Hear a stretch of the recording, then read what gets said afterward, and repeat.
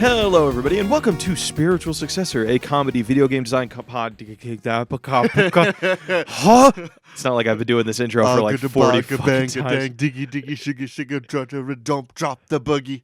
Are you like spitting some dad rock at me right I'm now? on that Kid Rock. Is he even relevant anymore? Kid Rock? Yeah. I feel like I remembered news about him breaking a little bit ago about him being like shady and rich. Oh, okay. Because like I was gonna say, if he didn't partner with somebody who won a Grammy this year, is he not relevant anymore? Because it's like Billy Ray Cyrus. He's relevant again because he was hanging out with Lil Nas. Where's that Kid Rock Billie Eilish collab? Do you think they would work?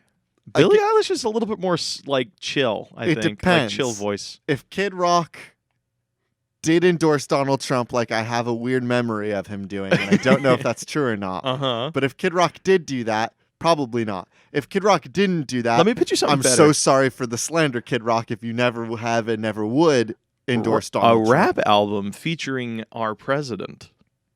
We call it Songs from Oranges or something. I really hoped that you were going to fit the word Trump in there. Okay, we can go with the easy one, Trump Card. That's the name of the fucking album. That's a good name. Hey, everybody, we are Spiritual Successor, a comedy video game design podcast inspired by Cool Games, Inc. We take your lovely submissions from Reddit, Twitter, email, and YouTube. That's not official channels. Fuck you. And we turn them into lovely AAA video games that are sometimes stolen from. They're sometimes stolen from, and we are building a court case for that. And this is dead serious, and I'm not telling a fib. I've never told a fib on this podcast ever. That's a crock of shit. We are still healing from the Butterfingers incident. The ad campaign. The 2020 Butterfingers incident. Speaking of, I played the demo for that Final Fantasy VII. How was it? So goddamn amazing, Blake. How does it feel to like finally play the game you have literally been waiting for your whole life? I have been waiting for this game for my whole life, and it's everything I wanted it to be, honestly, and a little bit more. Mainly the thing that I wanted was to see Cloud Strife swinging his really, really big sword around super fast like a super cool man. See, I look at Cloud and I'm like, wow, that's just budget Guts from Berserk. They look nothing alike. They have big swords and they swing them and are rowdy. Like I look at anybody with a big sword and I'm like, budget Guts. All the characters from Soul Calibur. Oh, these are cool, but they're not Guts. You know, if you couldn't tell, I agree. There's a huge problem that I have because Ivy's just a carbon copy of Guts. Think about it. Tall, revealing clothing, huge titties, full of innuendo. Oh God! For those who don't know, anytime anybody sees Guts' sword, which is like this big, like 8-foot-long sword, they literally use the same sentence for some fucking reason. I wonder if it was huge and girthy, and I want it to be pushed against me. That's not what they say, you fucking goblin of a man. That's the sentence. No, they say no. Everybody I don't know. They all say the same fucking sentence for some weird reason. I wonder if it was like a translation thing. They say it's like, look at that sword. It's so big and thick and too big to be wielded by a man. And I'm like, that's basically the same thing that I just said. Sure. But yes, Ivy has lots of Guts energy. Here's the big thing that's different between Cloud and Guts. Guts is just a sad and broken man. Are you kidding me? He's like, I mean, after the eclipse, yes. He's had a lot of bad times. But now, like, you know, he's better. He's got like a bunch of friends. He's got like a cool little witch daughter, and you know, Guts has a cool family now. I haven't read Guts Berserk. Yes, you haven't read the manga Guts, but. Here's what I will say that is a thing that Cloud does, and I don't know that it's something that our dear friend Guts Berserk would do. Cloud Strife is in an elevator with his not friend yet, Barrett. And Barrett's going on about, like, Mother Nature's dying. Mother Nature's screaming in agony. Can't you hear that? We got to shut this horrible, corrupt system down, and we got to stop polluting the whole planet. And Cloud's like, bro, you hear the planet, you need to go to a therapist. And the lady that's in the elevator with Cloud when he says that, like, she looks at him like, dude, what the fuck? And I don't know that Guts Berserk would be that mean to somebody that's preaching that we need to stop polluting. He has not I know he's done some fun ones. One, basically let a girl stab him so she can make her point. The woman that he loves was like chewing him out for deserting them or whatever, and he was like, "Yeah, I've done this bad. I actually fucked up pretty bad." And then she stabbed him, and he's like, "You know, I love you, right?" And then they fucking they kiss right after he's bleeding out. Like, holy shit! Guts is such a martyr, and Cloud Strife looked at somebody like that was quoting like, "We need to stop polluting the earth," and Cloud Strife was like, "Okay, snowflake." You want to talk about some fake video games now? I would love to talk about some fake video games. Do you have a video game pitch for me? I heard you laughing a lot when you were digging through them, so I want you to give me the first one. I feel like you got some hot iron for the first chuckle. There's one that it's not really a game submission. Okay. This one comes from Anarcho Accelerationist at Dialectician. Make a game you think your co-host would hate. All right, I got this. So, okay, here this is. So, it's a character action video game where you get to play as this super, super hot looking robot maid with a really big butt. And there's going to be a bunch of... And it's gonna have a really, really cool combat system with really fun dynamic camera angles that'll go from beat 'em up to shmup to bullet hell to side scroller. And then like there's gonna be all sorts of kick-ass philosophy in it, right? So like you're gonna meet all these robots that are the embodiments of all of these philosophers throughout history. I'm really and if you digging click this the game. two sticks in together, she blows up and her butt hangs out more. What do you think of that video game, Blake? It sounds really good on paper. Yeah, apparently fucking it's not good, Blake. Apparently you hate it.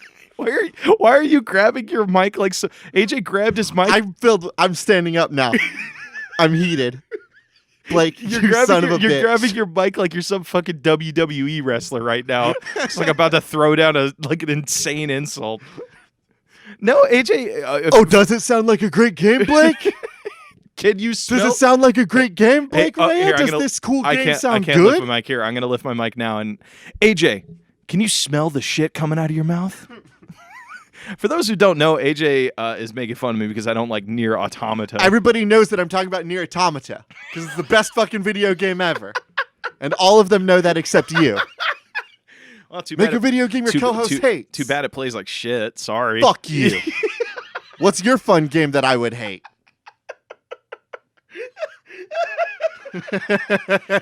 I don't know. I think you nailed it pretty much on the head. Give me a submission. I don't really have a game you would hate. I'm just gonna sit here. Actually, I do know a game that you would hate. Oh? I'm gonna make you a visual novel like Honey Pop. Okay. But it's all about the build-up, but then it cuts to black before you get to the fun part. Because you're a horny motherfucker, and man, I would love to cuck you on this one. You dumb idiot. There's a reason why I haven't picked up any of those visual novels on the Switch market. Well, because some of them don't even have. They're doing something crazy. Some of them aren't translated. Some of them are actual legit just Japanese games. That's weird. That's so fucking cool. So you just have to guess when you're going through it? Yeah, you have to guess the route basically.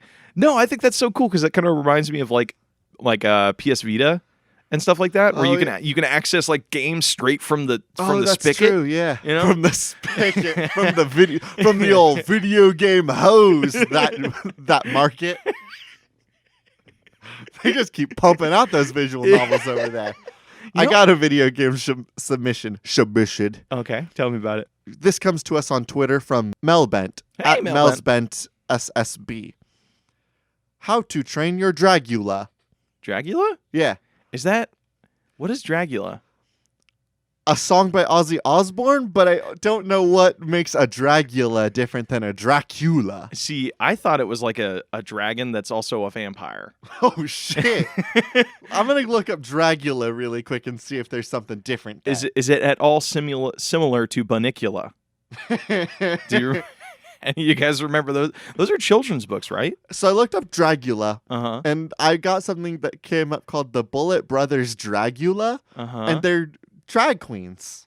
They're drag queens that are all vampires. Wait, AJ, you know what we do? This is so kick-ass. Hold on, wait.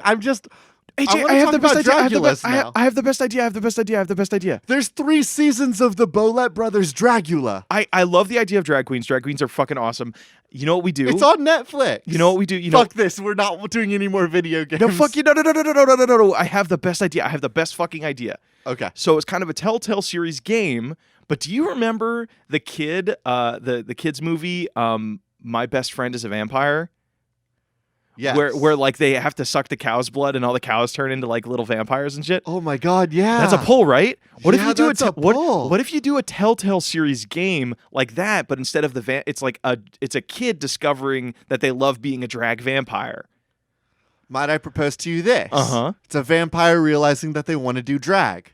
I mean, yeah. Well, I mean, like you have it could just be one person, or it could be a pair of friends that are learning to do.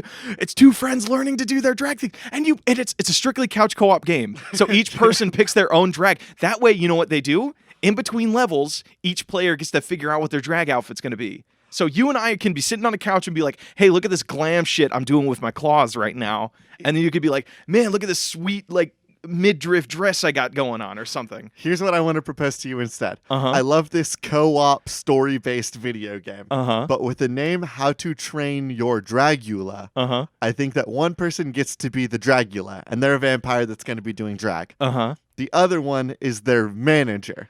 They get to pick out the outfits. They get to pick out what they're going to be doing. They get to pick the venue and the track. Oh, I fucking love that. And then the Dragula has to like be like, okay, I guess you got me 9-inch stilettos, and you've also decided that I'm going to be dancing to an 11-minute song. So fucking thanks, Gary.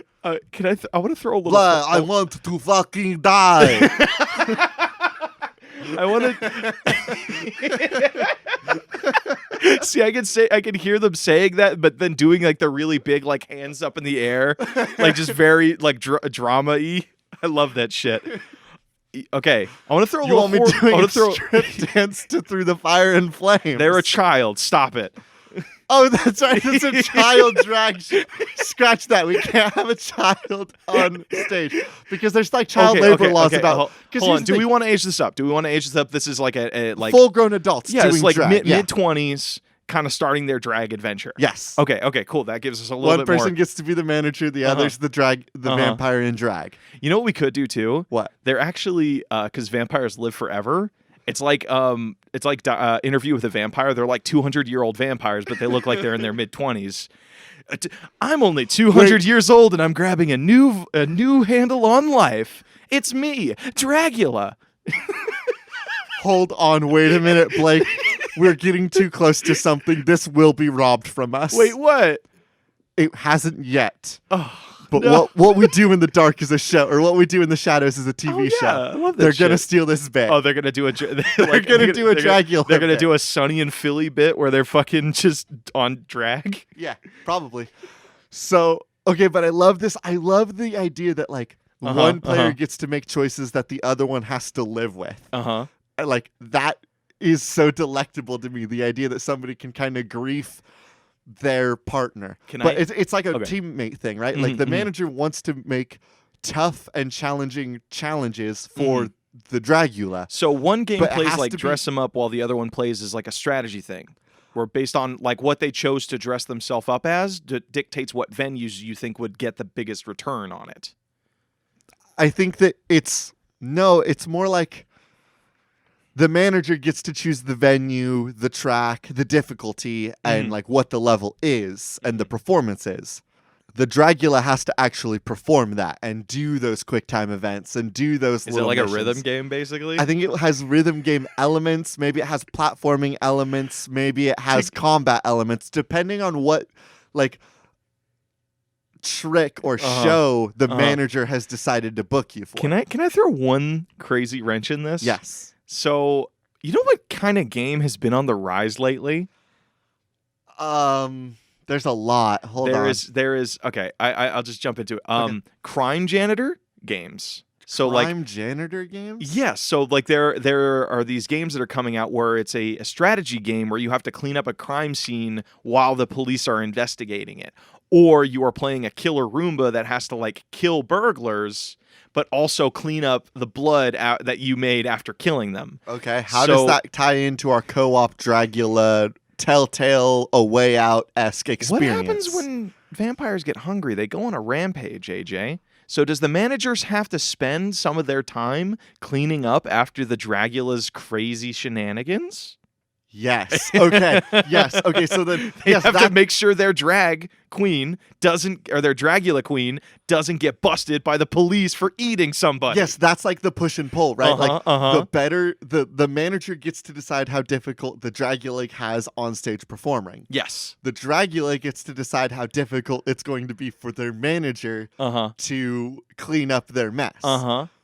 Each of them want to create a difficult challenge for the other one to get more points and more success. But if you make it too difficult, you as a group lose. But you can also play the game super nice to one another. You can be like, hey, I want to do a run through of this game where we become the best drag queen, but we want to be on each other's side. We're not going to make it hard for each other at all. We're just going to support each other. But it does have the way out ending. It has a way out ending where the two of them will come to blows, and depending on who did better throughout the game gets to decide who the winner is. Did these two drag queens fall in love with somebody and are now gonna vamp fight over them? Did somebody actually, you know what we do? Did one of their hunger just get too strong? AJ, you know what we do? You know what we do? We take a little key from Interview with the Vampire. One vampire made these two vampires in the Victorian area. Okay. So that vampire comes back and is now a person to play with. Maybe they're one of the final judges at the final event. Ooh. Like they found their way into drag queen. All vampire roads lead to drag, man. Fucking glam, hell yeah. I want to put a pin in this because I'm very interested. We had a lot of fun with that. Yeah. You want me to give you one? Yeah. Okay, sweet. I fucking love that game. All right, this one comes to us from Trans Artist of the Day at @trans_artist. Darkest dungeon, but instead of fighting monsters, you're trying to get food at a convention. AJ, have you ever had to fight your way through sweaty, smelling con-goers?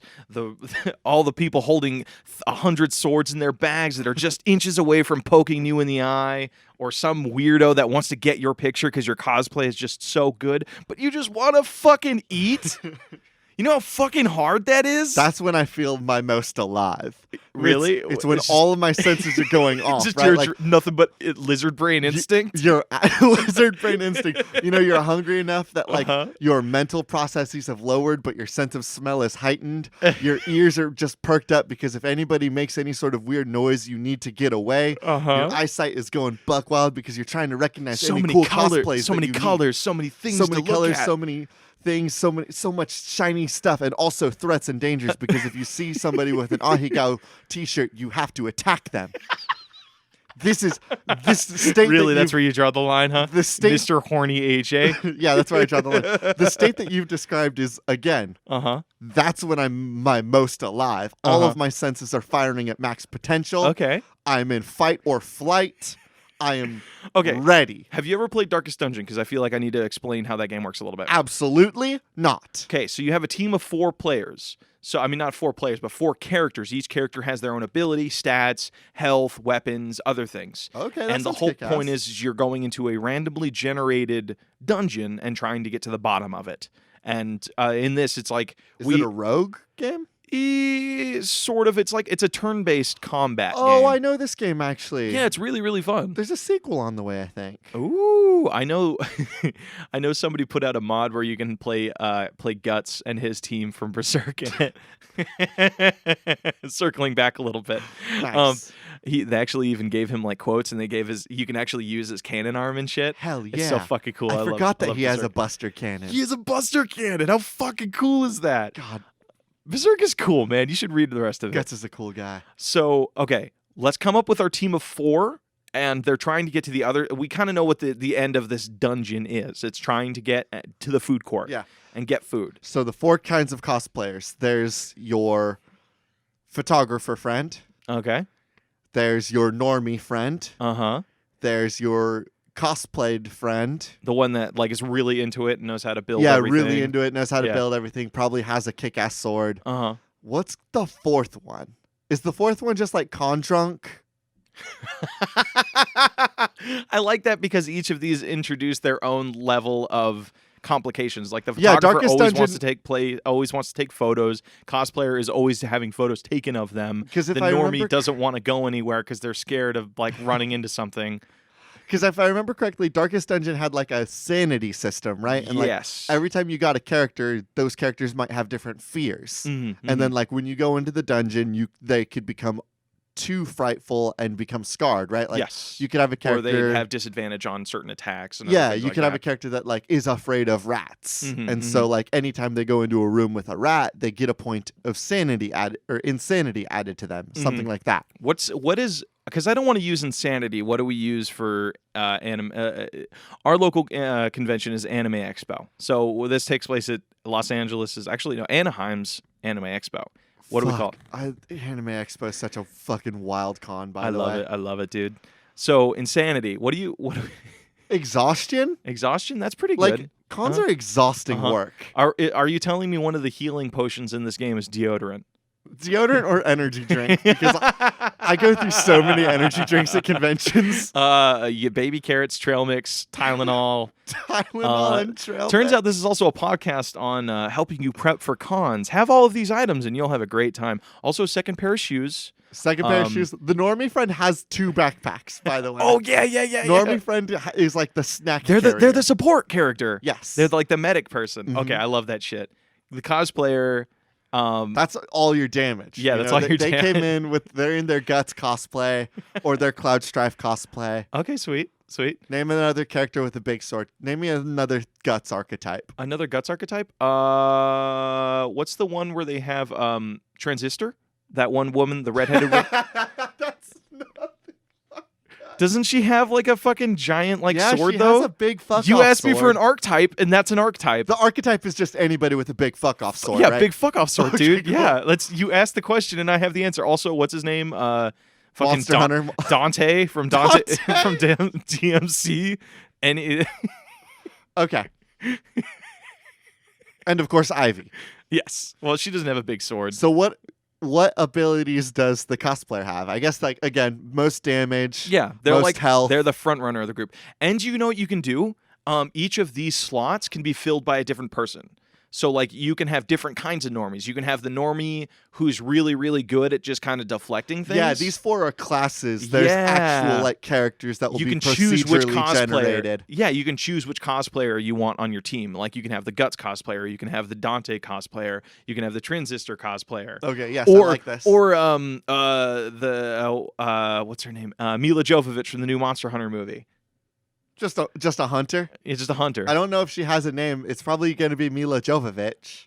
I mean... Because the hunters don't have a name. It's not like they're like, oh, check it out, the most strongest, powerful hunter. You know Dougie. You know what, like, a weird love of mine is? I love characters introduced in movies that don't have names. Like the bride? Yeah, like they're just so they don't even have like any sort of title. They're just existing, and all they are just their appearance and how they act. I love characters I think that's really cool. I love characters that have a moniker, like the bride. Ooh. Or like Baby from Baby Driver. You need to play Sekiro then, because everybody goes by a moniker. Yeah, I love He's called monikers. the Wolf. His trainer was the Owl, which is so fucking cool. That's dope. Also, there's the other one, the Butterfly, which was like another trainer of his. She's so... Oh, man. The characters of Sekiro. So good. You got another game for me? Or is it my turn? I mean, like, did we get that game down pretty well? I think we got it. You use those skills to get across the con, make sure nobody gets taken away, you lose all the shit. You got to make sure that you have your sanity upkept, and you go around trying to get to the Okamoto kitchen food truck so that you can get a delicious tofu sandwich. Okay, I was just about to ask, like, what is, like, it's a branded game. The premier con food? The best con food you can get... It has to be greasy and good. It's like, there's 2 ideal con snacks. There's one that's like the actual ideal con snack for any con period, and it's debatably the perfect food. What is that? Nacho tots. Oh, shit, like dragon egg tots? Like dragon egg tots. I love that stuff. There's another con that we went to that they would call it the kitchen sink tots. Yep. Everything in the kitchen sink. Yeah. Oh, dude, tots are so good. Nacho tots are the penultimate con food, and I will not be taking any thoughts on that. AJ, like the past 3 episodes, you and I, like around this time mark, around the 30-minute mark, we get into a little tangent on food. Are you and I just like hungry at this time of day every single fucking day? Yeah, I think we are. Because like literally, I've noticed that like last episode we were talking like, hey, you want to go get some food right now? give me a game. I just noticed that. This comes from What They Should Do. At What They Should Do. Mm-hmm. A Soulsborne-like game, but you are completely invincible. The challenge is that every hit you take sends you flying thousands of feet like a Bethesda glitch. I love that because there's, like in FromSoft games, there's always breakables in the room. Yeah. That's just going to be so much fun. Like every room is just filled with barrels or stacks of books or other things. Yeah, and if that you're like just constantly running into. The big dog Sif shows up and smacks you with its big sword, and instead of you dying or being cut down, you just get like shotgunned and splat against all the boxes, hit the wall, fall on the floor, and then have to get up. And then Sif hits you again. You're going far away. Okay, so how about this? Just looking at a standard level layout. So it's like a bunch of little enemies that lead to a boss, right? Yeah. So you go through the level, and if the enemy hits you or manages to hit you, it'll send you flying. You could introduce death in this game, where if you fall off the ledge, you start back at the beginning of the level. I'm interested in, it's not a death system. I want to create something like, do you remember that one PC game that was all over, like every like Let's Play channel and streamer was doing it, where you're the dude in the bucket with a pickaxe? Oh, get over it. Get over it. I fucking hate that game so much. I want the get over it of Dark Souls. Okay. I want the Dark Souls of get over it. I want like a full Dark Souls-like game where you're just trying to get up the tower, and then like 2/3 at the tower, you're going to fight the Minotaur. And if the Minotaur front kicks you, you're going to go way down, my man. I was thinking that you actually, at the end of every level, is the boss. And if the boss manages to get a hit on you, you go back to the beginning of the level. I think like they kick you so far that you land on the bottom of the mountain again and have to fight your way up again to get to the boss. I think that there's a very good chance. But the boss maintains the damage that you gave it. Oh, that's so good. So like you say in one run up the mountain you do 25 percent damage. You get kicked off and it still has that 75% health left. I like that because then there's still a level of progression. Like you don't have to start the whole ass game over. Yes. Okay. I also like the idea that maybe if you're really smart about positioning, right? And you do fight the Minotaur and he would front kick you, and you're good about your positioning, maybe you don't fall all the way down, right? Like maybe if you get the angle right, you can nick the corner of the church tower and then you'll stop there instead. Oh yeah, if there are obstructions in the air and you Those hit will it, hit you get instead. it. So like maybe then some of the strategy comes out is you always want to have your back to this obstruction so you'll only get kicked into that thing. You get hit, you full on like Saints Row ragdoll effect away from whatever just hit like the you. Spartan kick, like where he kicks the dude into the pit. Like just, that, like, but fucking so flies. much more explosive. I love it. Like I said, Saints Row or Burnout level of just ragdoll physics. I fucking love that. Okay, cool. I want to discuss, if it's a FromSoft game, it has to have some sort of core style, right? Yeah. The Dark Souls games were medieval. The Bloodborne games were kind of like Victorian, sort of steampunky. Sekiro was like a fantasy Japan. What are we doing here? I'm so glad you asked. Let me hear what you're thinking, and then I'll tell you what I'm thinking. I want to do a barbarian game. That's an interesting take. Either that, or like an Egyptian-themed one, where you're taking on like the Egyptian gods, and you're always fighting up to their pyramids, basically. I was imagining something that looked a little bit more like a Kiari Pamu music video. What? You ever seen the Pon Pon Pon music video? No, I have not seen the Pon. I mean, well, actually, it sounds familiar. If I saw or heard a clip of it, I'm pretty sure I could. Let me just go ahead and pull up this music video for you. Okay. Was this the people that made Get Off Ezuken? No. You'll see. This is a very specific art style, I guess is the right way to describe it. Wait, hold on. Is this the person of like the flabby like dude made of skin is just walking up streets and stuff? No, here you go. Oh, wait. No, I know this lady. Oh, my God. I'm talking pastels. I'm talking bizarre designs. So I'm like, talking like statues that come to life but have like paper mache wings that are orange and yellow. So basically, it's a cotton candy fever dream. A cotton candy fever dream is the best way to describe God, that. This has serious Dick Smasher Alex energy. Oh, my fucking God. Just like the amount of pink. It's like slightly clown-like. It's a world where clowns have taken over. And AJ. it's a little twisted. Like I want it to look like that. Kind of like you could do. It's kind of similar, kind of not, but like the whole like Courage the Cowardly Dog kind of thing, where some things look really sweet but slightly off. Yeah. You know? Yeah, that's what I want. I want it to be like disproportionate, basically. Wow, there sure is a lot of like sweet cotton candy sunflowers here. But what's weird is that all the petals on these sunflowers are knives. Oh, I was thinking, and if you lean in really close, they're always screaming. Like if you like actually go close to some of these objects, they all tell their own little story. You know? Like, but again, at first glance, it looks so fun. Like, at first glance, it looks really silly when you get, like, kicked off of the 30-second tower and soar through this incredible maze of laser lights and clouds. Oh, AJ got such a good idea. Here's our first level. Okay. So our first level is Cotton Candy Road. Yes. So you're basically going up this road that's lined with cotton candy bushes and stuff like that. But you notice when you touch it, it's really sticky. At the end of the level, the boss. This is a fucking spider who weaves cotton candy. Yes. How fucking bitchin' would that be? Yes, it's very good. And what I also like is like with the first boss being a spider that has like a I'm gonna get you stuck mechanic. Every time you get stuck, you just have to look at this spider, and I like the idea as it that smacks you away. Again, it needs to have like a fun energy to it. So I think that like it's a spider, but two of its legs are big boxing gloves.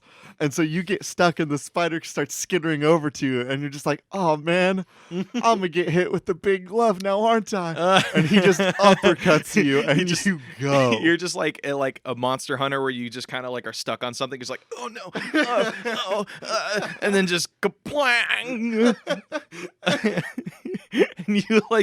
and you land, and you always land in the same place when they punch you. It's just like on a soft bed at the beginning of the level. You always are guaranteed to go back to the very beginning. The first level is so punishing. Yeah.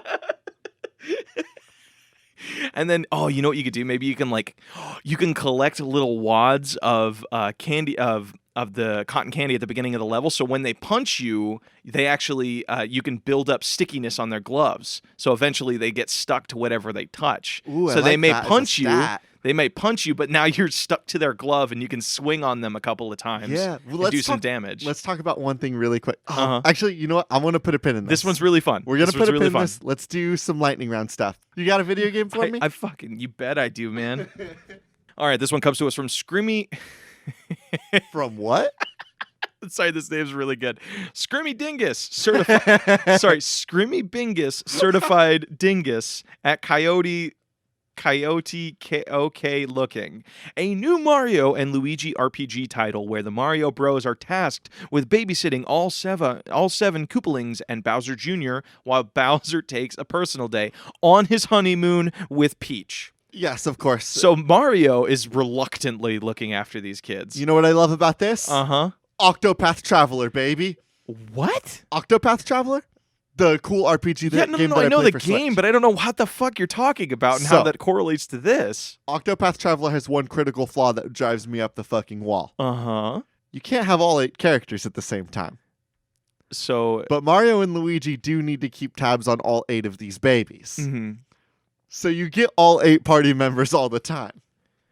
I was thinking, okay, if this is I'm looking at this a turn-based RPG where you have a party of 8. Are you making the sequel to Paper Mario, the long-awaited sequel? Yeah, the long-awaited sequel to Paper Mario that definitely didn't already exist on the DS in the Mario and Luigi RPG series. That was really kick-ass and underappreciated. Wait, was that an RPG series? I thought that was a side-by-side. I thought that no, was those a are side-scroll. RPGs. Are you talking about Mario and Luigi, like Bowser's Inside Story? Yeah, those are RPGs. Really? You didn't know that? No, I didn't. Oh, it's a sequel to those then. Yeah. So yes, I want that art style. But, okay. And I want it on the Switch. But instead of like you playing with like just Mario, Luigi, Bowser, and Peach, I think was like the party you could get. You have all 8 of the Koopalings. Mm-hmm. Also, how come the group is called the Koopalings and Baby Bowser? The Koopalings aren't actually Bowser's kids. He adopted them. Isn't that wholesome as fuck? Sometimes I learn something about Bowser, and I'm like, man. He's really sad and good, actually.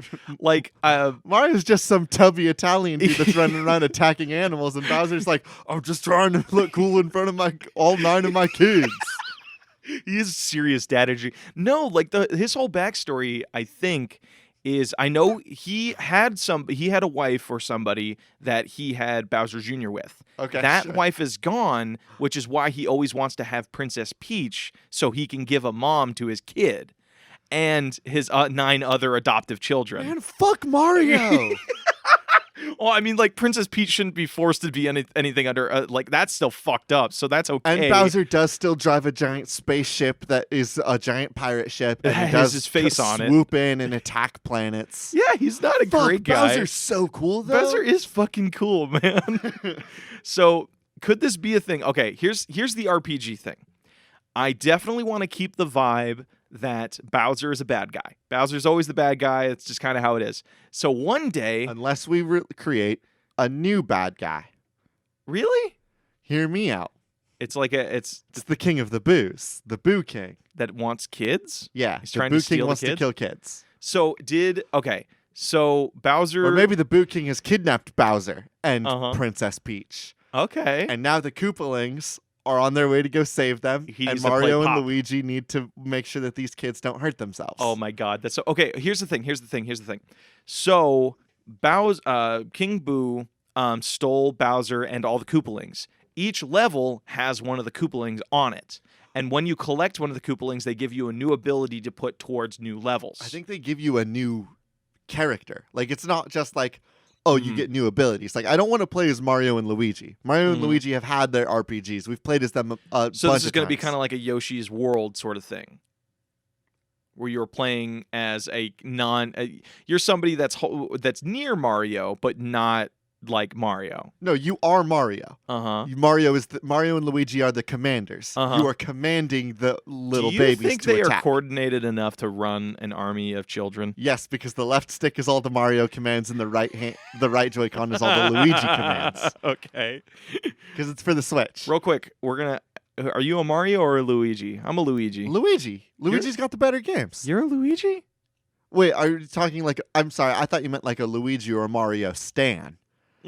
Are you asking me to kin assign myself to one of the Mario brothers? Yeah, what plumber are you? Oh, what a deep I think question. you're Mario. Pretty full of yourself. You think Mario's full of himself? I mean, yeah, actually, I don't know. He just gives me the air of like somebody who's like, I'm hot shit. Luigi has been fucked in his career by Nintendo has been like, hey, did you know Luigi fucking dies? Did you know that we had the year of Luigi and that year fucking sucked for us so bad we hate this green man? Like they fucking fucked Luigi. I'm so upset about it. Luigi is one of my favorite characters because I don't know, I think he's fun. I think the energy he has is cooler than Mario. I think he has more personality in everything he does, and the Mario is just like, I'm gonna save a Princess Peach, a woman who doesn't love me, but I'm gonna be a white knight about it. And I'm like, to me, Mario is like r/incel. In caps. Don't get me wrong. I love playing Mario games. I love Mario Odyssey. I fucking love every single RPG open world bullshit thing they've done with him. But he's problematic, maybe. He's like, I saved you. Can I get a kiss? I guess because you're pressuring me into it. I'll give you a kiss, but fucking leave me alone. Mario didn't pressure Peach into giving him a kiss. She did that of her own accord. He probably gave her like a look, though. You're right. You want to talk about a different game? Yeah. Or do you have more about our Koopaling thing? No, I just really like the idea of commanding 8 tiny children in an RPG sense in the way that Octopath Traveler did not let me do. Okay. I got a submission from Anime Profile Pick at Tazzy527. A survival crafting base building exploration game, but the base you build can move. So this is just like No Man's Sky, but gooder? I think No Man's Sky's a good idea, but I'm thinking less No Man's Sky, more Howl's Moving Castle. I was just about to say, like, oh, dope. Like, you have a base, and like when it starts off, it's maybe just like 4 legs on a plot of land. And maybe this one's a little bit Minecrafty. You get resources, you get metal. Once you have metal, you can expand your platform. You have to get off of the platform, and like you can't traverse like there's like a bunch of different areas you can go to, different biomes, let's say. Yeah. You can't really walk from biome to biome efficiently. You have to use your platform. The things you upgrade are at speed, how much shit it can carry, where it can travel. Like you'd have to build it a boat so that you could get it across the ocean or the river. Yeah, like just like in the real world, like certain like materials only exist in certain areas of the globe. So you're like, man, I've farmed like iron here, but now I'm looking for some titanium, but titanium's on the other side of the freaking planet. So you got like that's your first goal. So it's like you are trying to build the best platform that can survive on this planet. Is that like just I think kind of the thing? It's less of like trying to reach like some sort of like goal peak, and it's more of just like capitalizing on that like rinse and repeat of like upgrading your thing whenever you can to make it bigger and badder. There's this really cool game. You and I should play it, actually. It's called Raft. Have you ever heard of it? No. So basically, you start out on this like floating piece of wood, and you have just a hook like that you can throw out.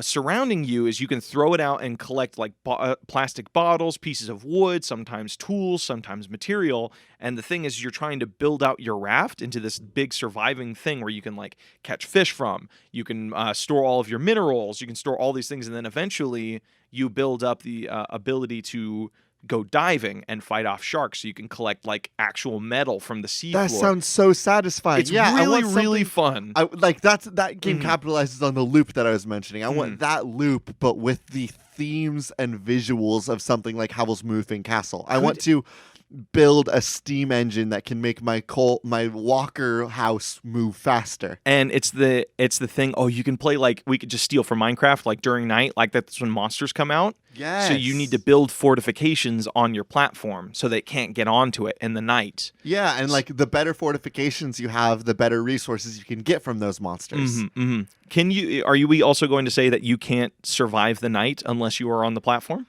Like you can't build something off of the platform? You can only build on your platform. Yes, I like that a lot, because then you would need to go out and get like wood so that you could build ladders so that you could start building up and up and up, but you can't build outside your platform. So like you start off with like maybe a 6x6 platform that you can build off of. Yeah, it has like a little cot, like a paper cot or something like that. Yeah, enough for a bed, a light, and like small crafting stuff. Yes. Oh, it'd be really cool. Like the opening intro to this game is just to add a little bit of mystery. It looks like you start out on a raft in the ocean, but as you come towards the continent, slowly like robot legs come out from the water, and it turns out that your raft is actually a walking spider thing. Like walking on the floors of the ocean. That's a kick-ass visual. I like that. Fuck yeah, man. Cool. That's a cool game. You want to give you a game idea? Yeah. Sweet. This one comes to us from... Oh, wait. Hey, AJ, really quickly. Yeah. Carly Rae Joestar at Alex Creech recommends it retweeted from at Connor Booth, the Konami code, but it's sex. But they made an adjustment. No, wait, the Da Vinci Code, but sex. Also, the Da Vinci Code is just Apple. So what does Apple mean? Does that... What? I don't know what the Da Vinci Code is. Da Vinci Code is like... It's a book. Well, no. Like like they have the cylinder cipher that has like the twisty knobs on it that spell out a word. Yes. The code for that is Apple. Okay. So are we going to turn how does the Konami code and Apple involve sex, AJ? You, Mr. Sexy Man, Mr.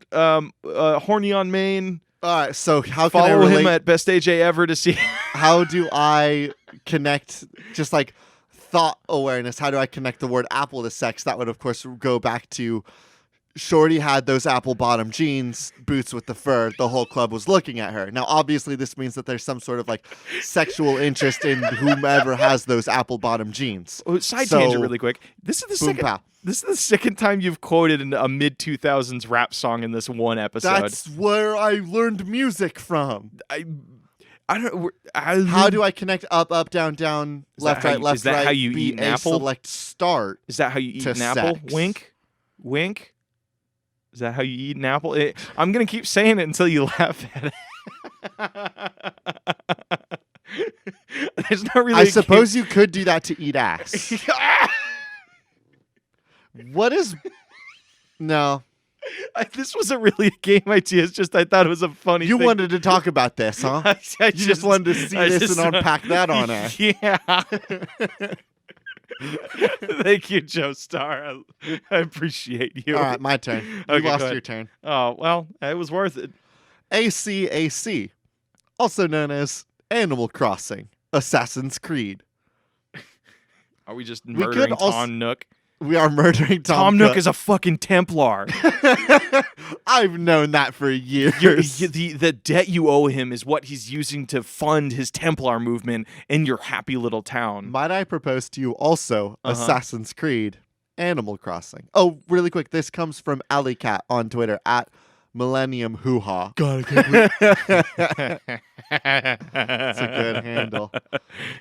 I can't believe you almost forgot, AJ. Jeez. I'm sorry. This is like our one job. Which do we want to kind of unpack more? Assassin's Creed, Animal Crossing, or Animal Crossing, Assassin's Creed?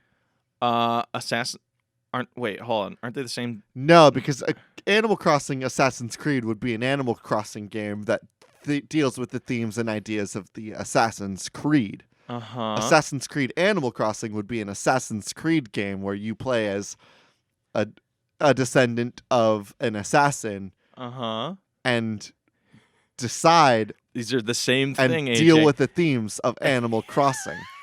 No, because one is in a world where there are anthropomorphic animals, the other is our world, but animals exist, and we need to talk about that. It's anthropomorphic. Are you telling me that shit will sell like hotcakes? You put an anthropomorphic piece of fan art on Twitter, the shit will sell. The shit will. Also, weird side note. I didn't know this. So we don't have a game here, huh? I can come up with one, but I want to tell a little furry story for you real quick. We're currently working on trying to figure out how the fuck we're gonna run our Patreon. So I was like, I wonder. I'm gonna search on Twitter how people run their Patreon. You type in Patreon into Twitter. Yeah, you're gonna get a lot of penis and a lot of furry animals fucking for pay. Hey man, more power to you. Fuck yeah, fucking horny on main. I love that shit. There's so much money in I looked up Patreon and I'm not seeing furry porn. You're not seeing furry porn? No, I see somebody drawing artwork of my boy Garrus from Mass Effect. There you go. Which is pretty fucking tight. Either way, that's not furry porn though. That's just my good homie. Okay, fine. I'll pull up my computer right here. Maybe. Oh wait. Boop boop boop. Found porn. And I don't know. It was like I was. There's good money. I was on my work computer, so I was like, my boss is like sitting 5 feet away, and I just see some furry dick, and I was like, gotta close that immediately. But Assassin's Creed. So you're just basically you're trying to find out like, why did I amass this much fucking debt? And it turns out Templars. Tom Nook has the Apple of Eden. Yeah, and then there's also some of the other villagers turns out to be assassins, and they bring you into their fold. We already did this game. And it's not a cult. It's not a cult. Okay. But there's action in it, and there's it's not a mystery. It's just like you actually get to go assassinate people, Animal Crossing style. And you know what they do? There's a really fucking grimacing scene where they have to cut off, one of your fingers so the blade can fit through. Oh yeah. But it's the Animal Crossing villager, and they just have mittens for hands, so you just have to lose the whole mitten. No, it just gets like a little cube cut out of it. All right, do you have one more lightning round, and then we could jump into boss fights? And let's talk about what our nug is. Okay. I think our nug is the FromSoft Cotton Candy Fever Dream game. We also had Dragula. Dragula was so good, too. I like How to Train Your Dragula. Really? Yes. Okay, what are your points on like why you want to go with that one, and then I'll give my points on why I think we should go with FromSoft.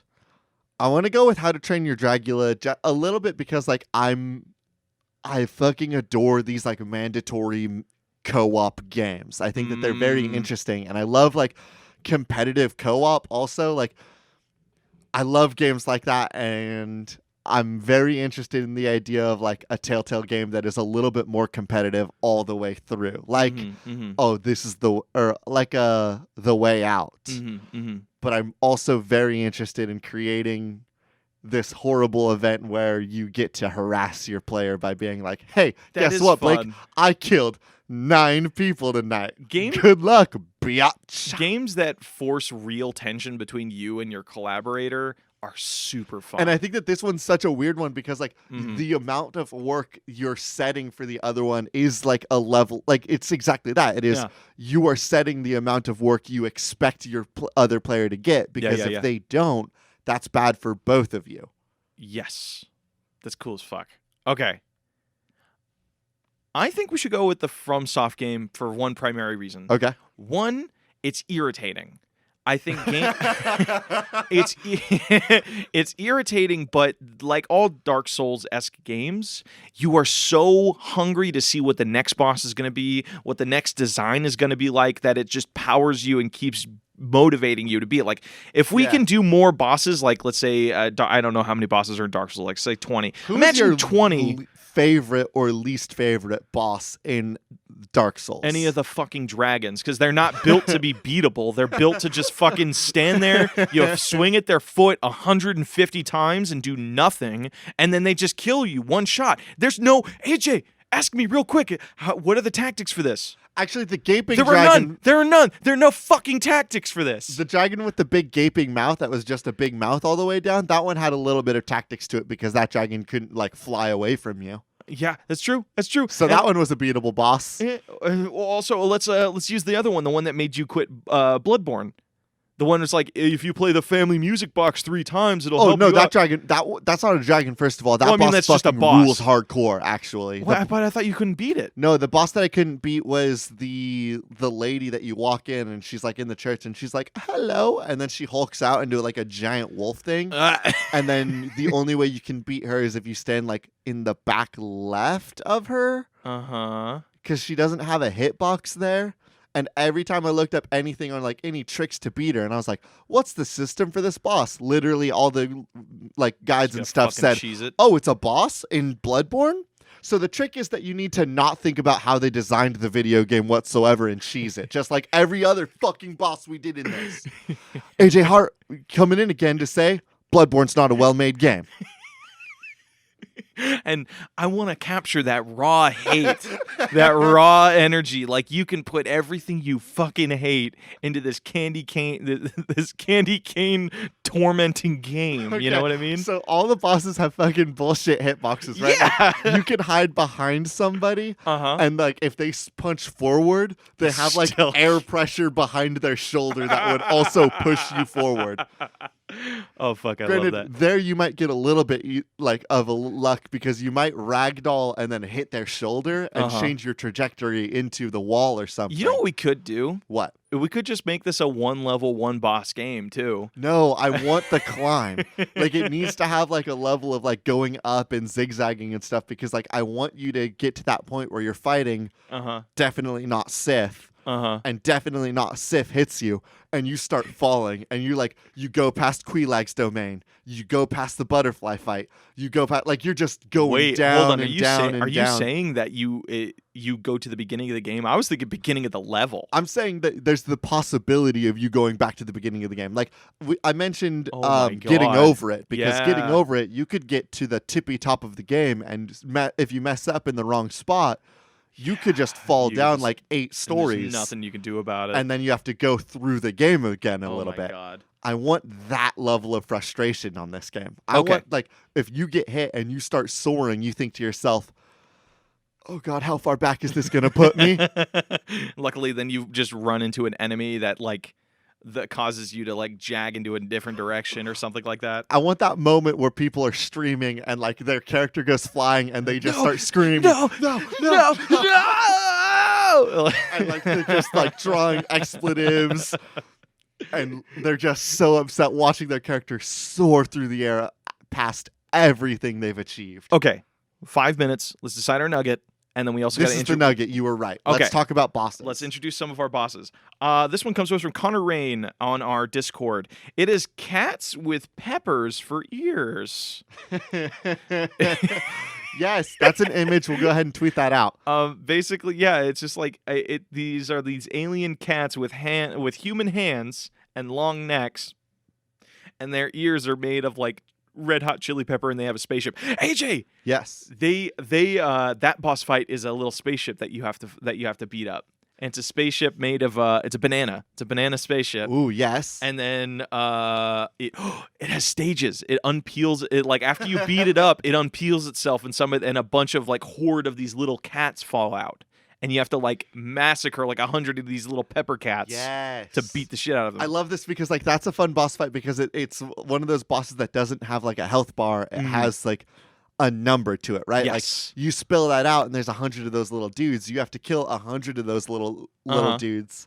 And they'll try to scurry back to the spaceship. They get in, they take back off, and they run around a little bit. If oh, go ahead. You go. I was gonna say it's like since they're so small, they can't one-shot you off. But it has a momentum system. If there's a lot of them, one punches you, you'll bounce into another one who punches you again, and then you keep bouncing until you gain enough momentum to fly off of the level. But if you manage to swing your sword before you land onto the next person to punch you, you can break out of that. Yes, I like that a lot. Like the idea that like it builds up. Yeah, and when they're scattered out of the spaceship, you have a little bit of respite where you can do some damage to this boss, try to clean up as much as you can, and then when they get back in, you need to be defensive again. Yep. I've got another boss fight suggestion. This is from Melbent on our Discord. Tom Nook with a sword. And so it's a crossover game. Like one of the levels is fucking Animal Crossing. Yes, like you walk in and like we're gonna do like a definitely not Animal Crossing type thing, right? Like all the animals look like villagers. They're like that fun chibi art eyes style. Are slightly different. The eyes are photorealistic is the thing that's because like again, that cat chili pepper thing. Like we talked about this feeling like I forgot the name of the lady that did the music, but Pumia Pumia. Or something. Yeah. We want this to feel like one of her music videos. Like they're fun, they're art artsy, they're a little abstract. You know what Cats you could with do? Chili Peppers for Ears is very good. A level where it's all just like Animal Crossing people, but they have knives and swords. You know what you could do? What? Like, what if they are the heart of this game? They were like, they're this alien race or whatever that's like, man, the world of Animal Crossing is so beautiful. I want to recreate that in my world. So you get to this is the last level, and the ending of the game is Tom Nook, but these are all aliens in weird mascot suits of the characters. They're like badly recreated mascot costumes of all of the Animal Crossing characters. So the final level is you running through a cardboard facade of the Animal Crossing world. And then you find out that. Then you find out like they are the people that tried recreating this magical wonderland of candy spiders. I see what you mean. So like banana cats. As you get to the end, you see this world deconstructed. You see past the set that they've been building, and like the world kind of falls apart in this final act where it stops being cutesy, fun, abstract things, and you just see this old, weathered, like Tom Nook looking character that's like sitting on like a stone with a sword in front of him, and you walk in and you're like, I'm ready to break out, and he just looks at you, looks down, gives a deep, deep sigh, grabs his sword, and then walks towards you, and you have to fight him in like this dark pit. Oh fuck, I love that. You know what the design of the last level is too? Is the floor is covered in runes that show like different Animal Crossing and other things. Like you can look at the floor and there's like these stone etches of candy canes and pieces of bubble gum and all of like if you weren't like looking the religious writing that you can tell like your whole like journey has been you build like they've been trying to build these ancient hieroglyphics. Yeah. And that's the thing that motivated like and how we allude to that is every time you beat a boss like it breaks down because Well, it's a robot.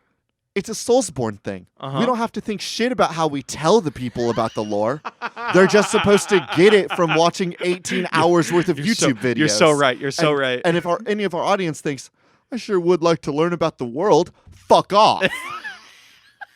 That's not how we work here in Soulsborne territory. I mean, Sekiro did a pretty decent job. Okay, Sekiro did do it different. They kind of made it a little bit confusing because you can actually play the game out of order, and that can fuck up your understanding of how this world works. But the core story, at least, is there. Yeah. In Bloodborne, it's like, oh, you? Some rando? You're a rando. Go kill everything. And it's like, why?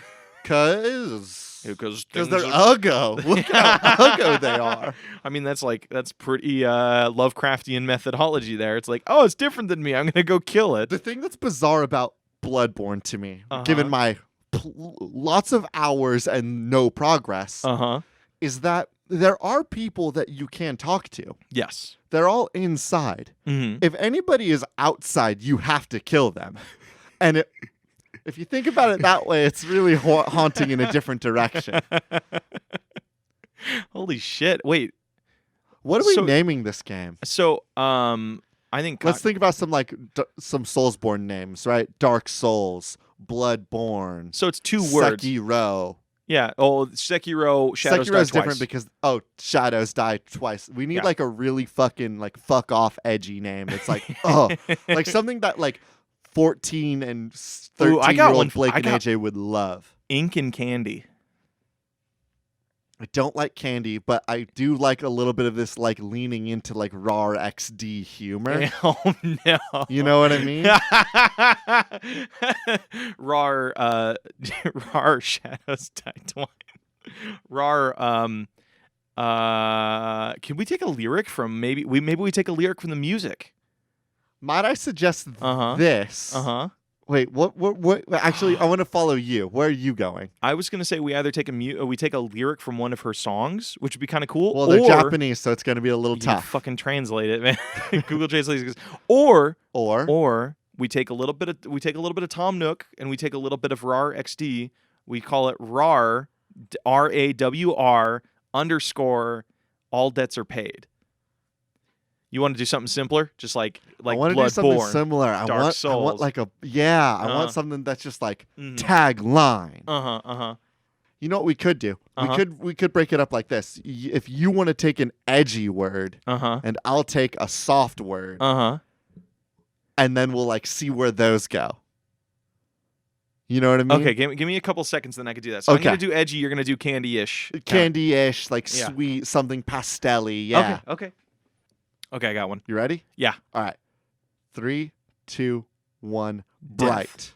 What's yours? Bright Death? Bright Death? Oh, fuck. That's pretty good. I like that, actually. Now, are we allowed to... Can we get death on a box? Yeah, why not? That's a good point. Bright Death. Might I also suggest... Hold on. Wait a second. Okay. So the idea is that this game is a game where you can't die. You are trying to... You're going through you're going through a production to make everything happy. The game at its core is going to be you fuck up, you get pushed back to everything that you had to do before. And so we're trying to make our players you're getting better at it at least. BrightSide. Oh, I fucking love that actually. All right, BrightSide it is. Yeah, fuck yeah. And then our trailer is... Our trailer's just Mr. Brightside. Music. Yeah, it uses the Mr. Brightside music. It's just you're getting you're slicing through candy spiders. I'm Mr. Brightside. Hey, thank you everybody on our Patreon Discord for giving us those sweet fucking bosses. Are we ready to go into patch notes, my friend? Let's go into patch notes. Hell yeah! Hello, everybody, and welcome to Patch Notes. Thank you so much for listening to this episode this week. We hope you had a great time. Blake and I had an amazing time. I love talking about candy. I love talking about Bloodborne. And I got to talk a little bit about Berserk. And if you haven't read that, fucking read it. It's so good. That's our plug for this week. Read Berserk. You know where you can find Berserk? On our Twitter. Maybe. Not really. No, you can't. There's no links to that on our Twitter. Anyway. Our Twitter's at Spiritual Suck. On that, we're going to go ahead and share some of those images that we used for the boss fights. Mm-hmm. We're going to go ahead and share some artwork for this video game later this week. Yeah. We're going to give a shout out to the people that helped us out creating this game. Yeah, thank you to everybody who gave us submissions.